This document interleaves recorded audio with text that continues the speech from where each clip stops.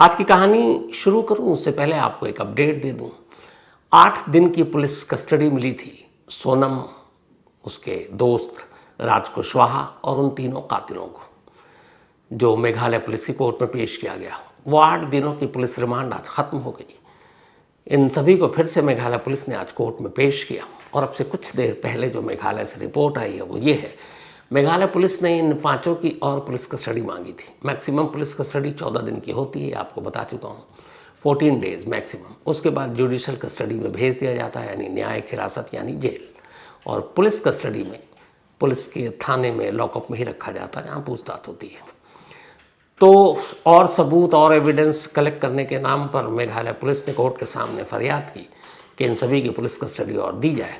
लेकिन फिर कोर्ट ने सारी दलीलें सुनने के बाद जो तीनों कातिल थे, जो आकाश, इसके अलावा विशाल और आनंद, इन तीनों को तो जुडिशियल कस्टडी में भेज दिया, यानी अब जेल में। अब इनसे अभी पूछताछ की कोई ज़रूरत अब शायद बचेगी भी नहीं। लेकिन जो मेन एक्यूज्ड हैं, 2 कॉन्स्पिरेटर, जो 2 साजिश करने वाले, सूत्रधार, मास्टरमाइंड, राज कुशवाहा और सोनम रघुवंशी, इन दोनों की 2-2 दिन की पुलिस कस्टडी और बढ़ा दी गई। यानी अब ये दोनों 2 दिन और मेघालय पुलिस की कस्टडी में रहेंगे और वहाँ इनसे पूछताछ होगी, कुछ कड़ियों को और जोड़ा जाएगा, जो भी और चीज़ें हैं उस सिलसिले में।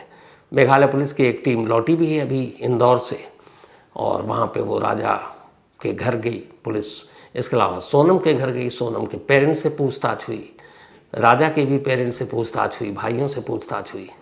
और वो सारी पूछताछ और ज़रूरी जो भी इंफॉर्मेशन लेने के बाद मेघालय पुलिस मेघालय लौट चुकी है। और अब सोनम और राज कुशवाहा 2 दिन और मेघालय पुलिस के मेहमान होंगे। उसके बाद मुझे लगता है इन दोनों को भी जेल भेज दिया जाएगा और अब अगले आने वाले वक्त में न मालूम कितने महीने, साल, शायद ये 5 मेघालय की ही जेल में होंगे। हालांकि वहाँ का मौसम ठीक ठाक है, नॉर्थ इंडिया के मुकाबले बारिश होती है, टेम्परेचर भी ठीक है, तो जेल में उन्हें ज़्यादा परेशानी नहीं होगी, गर्मी भी नहीं लगेगी और थोड़ी ग्रीनरी भी है, तो वक्त सही कटेगा। तो ये तो हुई अपडेट। अब आते हैं आज की कहानी के ऊपर।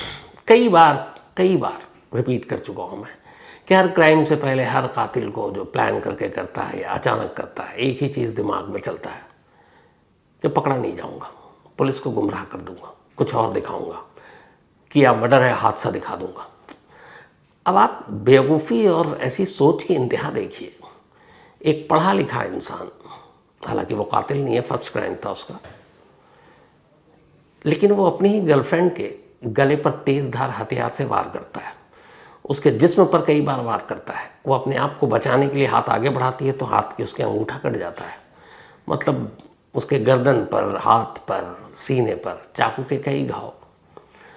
और फिर जब उसे लगता है वो मर गई तो ले जाकर नहर में फेंक देता है, ये सोचकर कि लाश मिलेगी तो ये होगा कि नहर में डूबकर मौत हो गई। अब उसे कौन समझाए कि डूबने से, लाश बरामद होने से भी अगर पुलिस उसको लेकर जाती है तो पोस्टमार्टम होगा और पोस्टमार्टम रिपोर्ट ये बता देगी कि कॉज ऑफ डेथ क्या है, मरने की वजह क्या है।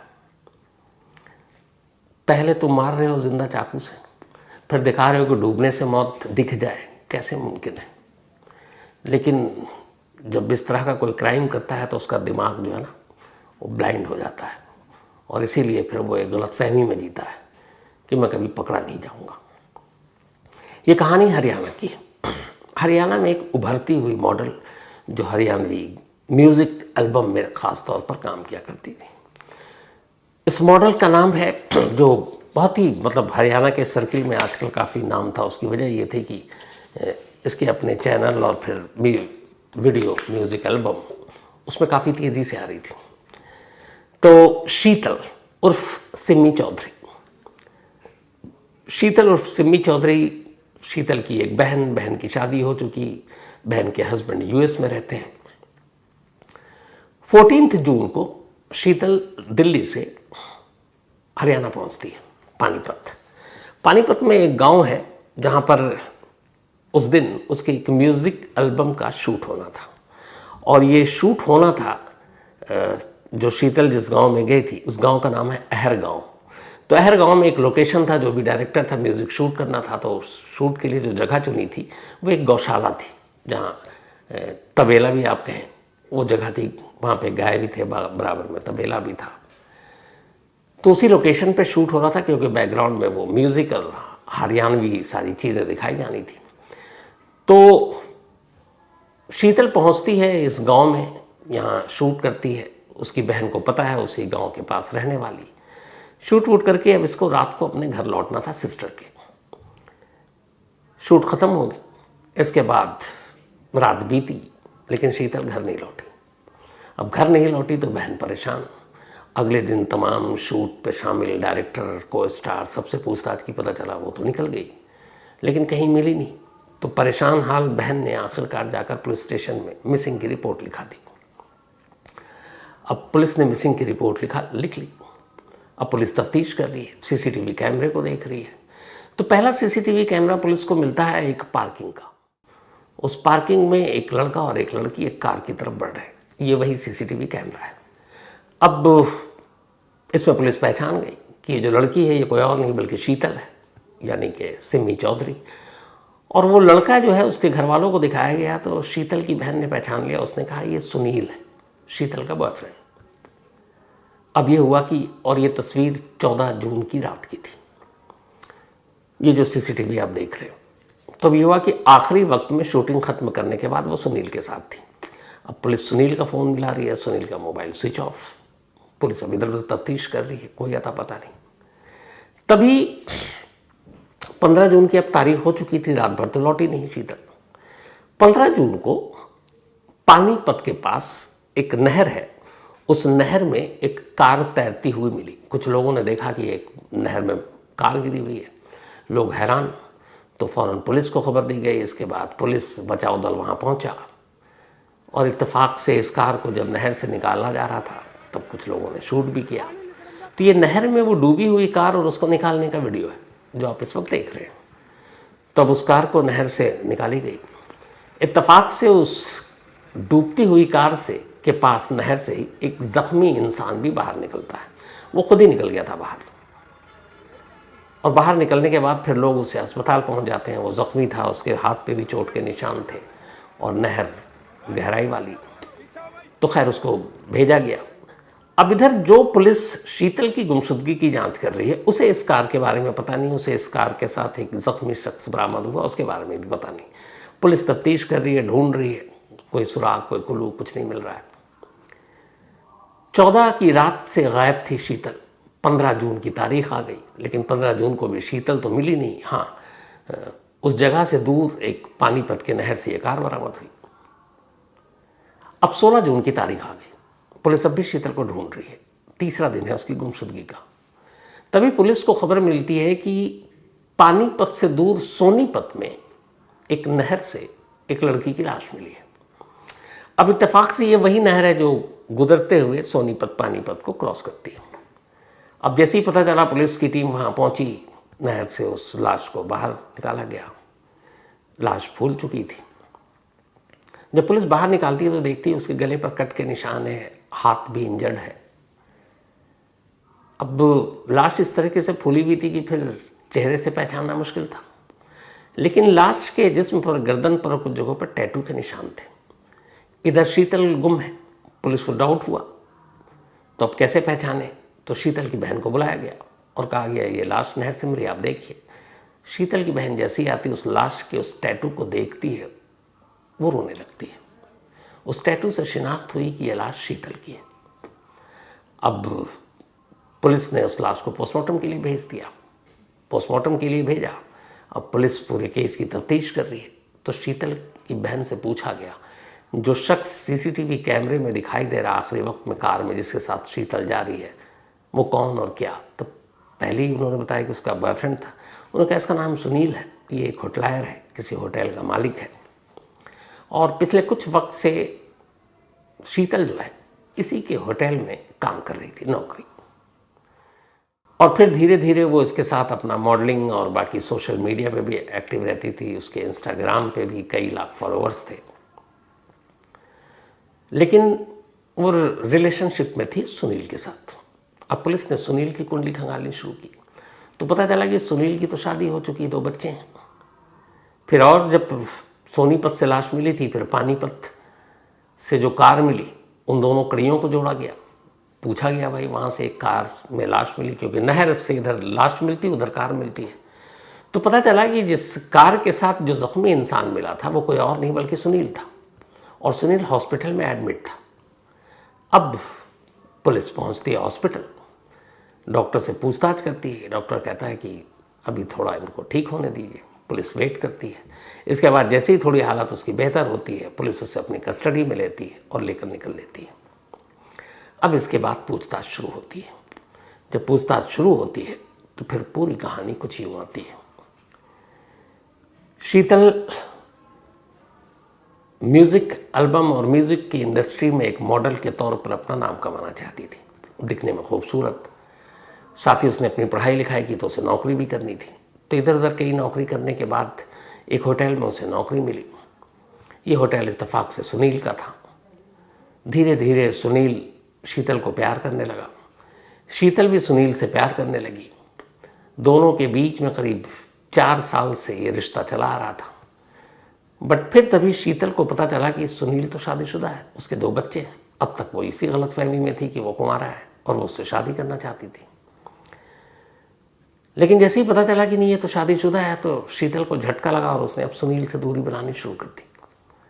सुनील को यह बात बहुत बुरी लगी, क्योंकि सुनील शीतल के प्यार में इस कदर अंधा हो गया था कि वो शीतल को किसी भी तरह हासिल करना चाहता था और उससे शादी करना चाहता था। लेकिन सुनील के शादीशुदा होने की बात जब शीतल को मालूम हुई तो शीतल ने फ़ौरन किनारा कर लिया और सुनील ये बर्दाश्त नहीं कर पाया। वो लगातार उसे समझाता, वो मना करती, और फिर वो अपने इस म्यूज़िक एल्बम इंडस्ट्री और मॉडलिंग की दुनिया में अपने आप को एक तरह से बिज़ी रखने लगी। अब उसकी दूरी, उसकी बेरुखी धीरे धीरे सुनील को परेशान और ज़्यादा करने लगी। कई बार उसने उसे धमकाया भी। अब सुनील अपने कार में एक तेज़ धार हथियार रखने लगा। उसे लगा कि अगर उसने शादी से सचमुच इनकार किया तो वो मार डालेगा।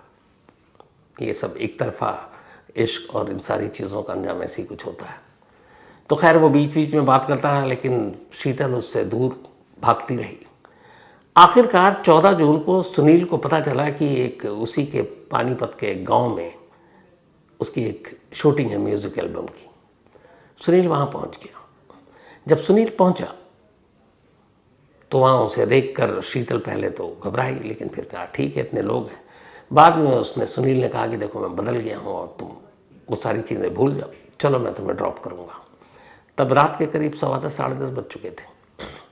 इसके बाद शीतल को भी लगता है कि चलो ठीक है, ये सब शादी वादी की अब बात करेगा नहीं।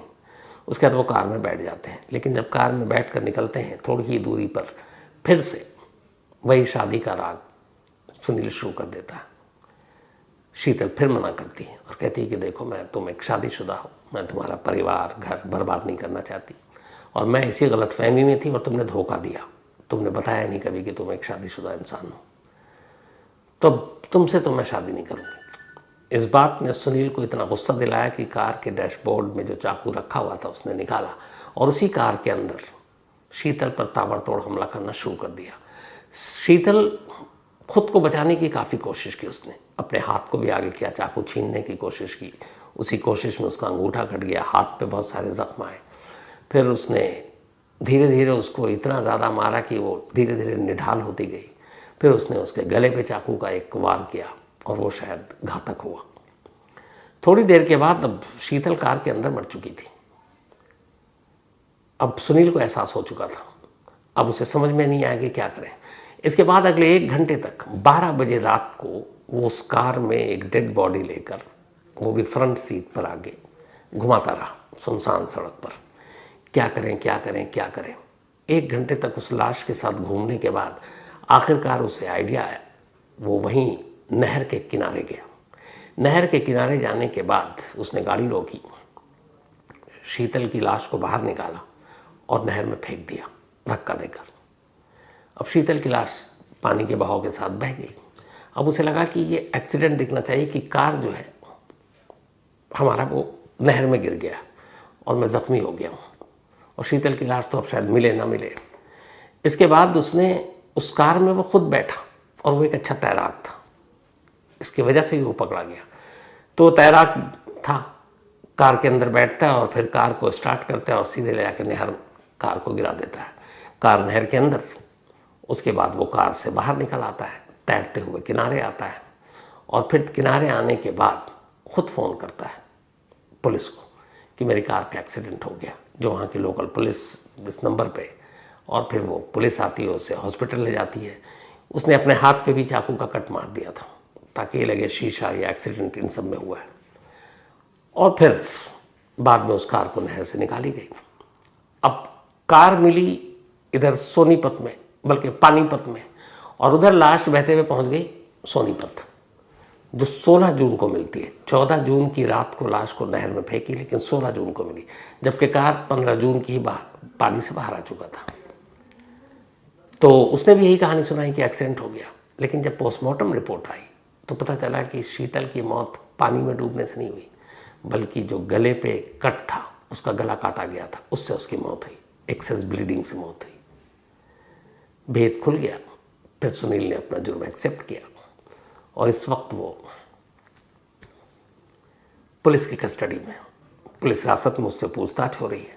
और जो शुरुआती उसने बोला वो यही था कि मुझे शीतल का शादी से इनकार करना बहुत गुस्सा दिला गया और मैं नहीं चाहता था कि शीतल शादी से इनकार करे। मैं उससे शादी करना चाहता था, वो मुझसे कर नहीं रही थी, और इसी गुस्से में उस रात झगड़ा हुआ और मैंने अचानक उस पर हमला कर दिया। और बाद में डर से कि पकड़ा ना जाऊँ, मैंने उसकी लाश फेंक दी और ये दिखाने के लिए मैंने अपनी कार भी नहर में उतार दी। और शीतल की लाश इसलिए फेंकी ताकि लगे कि वो एक हादसे में डूबकर उसकी मौत हो गई। लेकिन हादसे में गले पे कट के निशान नहीं आते हैं, चाकू के तेज़धार हथियार के, अंगूठा नहीं कटता है। ये बेसिक चीज़ें जो है सुनील को नहीं शायद समझ में आया उस वक्त। बुरे काम का बुरा अंजाम। बेचारे शीतल अब इस दुनिया में नहीं। सुनील जो उससे शादी की ख्वाहिश रखता था, अब उम्र जेल में कटेगी। और जो उसका अपना परिवार, बीवी और दोनों बच्चे, जिनका कोई कसूर नहीं, वो इस सारे दर्द को अब हमेशा के लिए सहेंगे। इसीलिए कहते हैं जुर्म का अंजाम हमेशा बड़ा तकलीफ दे, बहुत बुरा होता है। प्रकाश, ऐसे क्राइम करने वाले पहले से ही इस अंजाम के बारे में सोचना शुरू करें, बहुत सारे क्राइम रुक जाएंगे। तो आज की कहानी में इतना ही। एक निहारिका नाम की लड़की थी, ठीक ठाक परिवार से, पढ़ने लिखने में बहुत तेज, लेकिन छोटी उम्र में ही उसके पिता की मौत हो गई। अब निहारिका धीरे धीरे बड़ी होती है, पढ़ाई में चूँकि बहुत ब्रिलियंट थी, कॉलेज में दाखला मिल जाता है। इंजीनियर बनना चाहती थी, इंजीनियर बन जाती है। इंजीनियर बनने के बाद जब वो कॉलेज से बाहर निकलती है, बड़ी बड़ी कंपनियों में अपना रिज्यूमे भेजती है, नौकरी मिलती है। एक के बाद एक कई कंपनी छोड़कर अपनी तरक्की की तरफ आगे बढ़ रही होती है। इसी दौरान में कम उम्र में ही निहारिका फिर तय करती है कि अब घर बसा लिया जाए, और वो शादी कर लेती है। उस शादी से एक बच्चा होता है। कुछ दिनों बाद अचानक शादी में पति पत्नी के रिश्तों में कुछ कड़वाहट आ जाती है। निहारिका अपने उस हस्बैंड से डिवोर्स ले लेती है। अब इसके बाद फिर से वो अपनी नौकरी के ऊपर फोकस, सब कुछ ठीक चल रहा था। लेकिन इसके बाद किसी काम के सिलसिले में उससे हरियाणा आना होता है। निहारिका तब तक बेंगलुरु में रह रही थी, तो बाद में फिर उसे हरियाणा आना होता है। हरियाणा आने के बाद कुछ किसी से मुलाकात होती है, उसे फिर से प्यार होता है और वो एक और शख्स से शादी कर लेती है। ये उसकी दूसरी शादी थी। अब हरियाणा में इस दूसरी शादी के बाद वो ठीक ठाक थी। उसने सोचा बेंगलुरु छोड़कर हरियाणा में ही शिफ्ट हो जाऊँ। वो रहने वाली हालांकि बेंगलुरु की थी। लेकिन कुछ वक्त बीता, अचानक एक रोज जो दूसरा पति था वो धोखेबाज निकला। एक फाइनेंशियल स्कैम में, एक आर्थिक धोखाधड़ी के केस में जब वो पकड़ा गया पति, तो उसने सारा इल्ज़ाम अपनी पत्नी के धर यानी निहारिका के सर पर रख दिया। चूँकि वो सारे, एक तो वो इंजीनियर थी, ठीक ठाक सब कुछ जानती थी, तो जो लिखा पढ़ी में जो भी कागजी कार्रवाई थी वो सारी जिम्मेदारी उसने अपनी पत्नी के नाम पे कर रखा था। तो जब पुलिस ने जांच की तो हर जगह दस्तखत निहारिका के। पुलिस ने निहारिका को अरेस्ट कर लिया। पति ने उसे धोखा दिया था। अब निहारिका हरियाणा की एक जेल में पहुंच गई। हरियाणा की जेल में रहने के दौरान उसे बड़ा अफसोस हुआ। पहला पति डिवोर्स दे चुका था, दूसरा पति धोखेबाज निकला, उसने जेल तक पहुंचा दिया। और इसी हरियाणा की जेल में रहने के दौरान उसकी मुलाकात एक दिन अंकुर राणा नाम के की माँ से होती है। चूँकि निहारिका हरियाणा की महिला जेल में थी, महिला और पुरुष अलग अलग होते हैं, तो वहाँ उसकी मुलाकात एक महिला से हुई। उसने उसकी कहानी सुनी, उससे हमदर्दी जताई। फिर उसने कहा कि तुम बाहर आओगी, हमारा बेटा तुम्हारी मदद करेगा।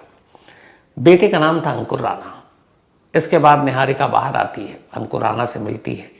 थोड़े दिनों बाद अब उससे अंकुर राणा से भी प्यार हो जाता है। ये उसकी ज़िंदगी में 2 शादी के बाद तीसरी मोहब्बत थी। लेकिन अब उसने कई जख्म खा लिए थे, बहुत कदम फूक फूक कर रख रही थी।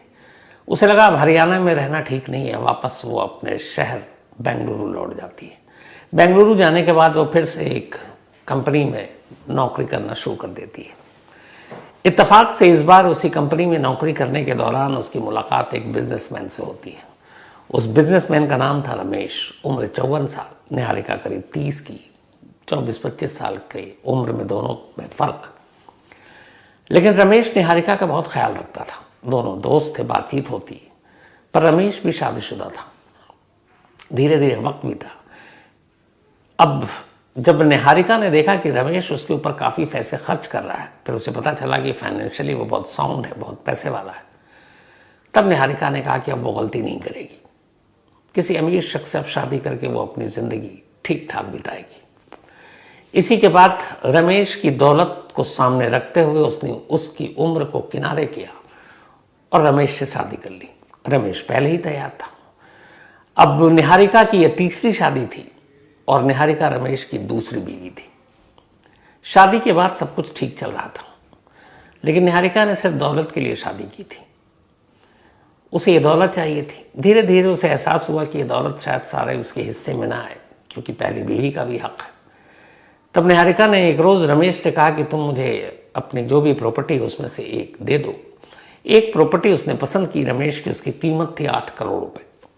रमेश ने कहा कि ये सब कुछ तुम ही लोगों का है, क्यों?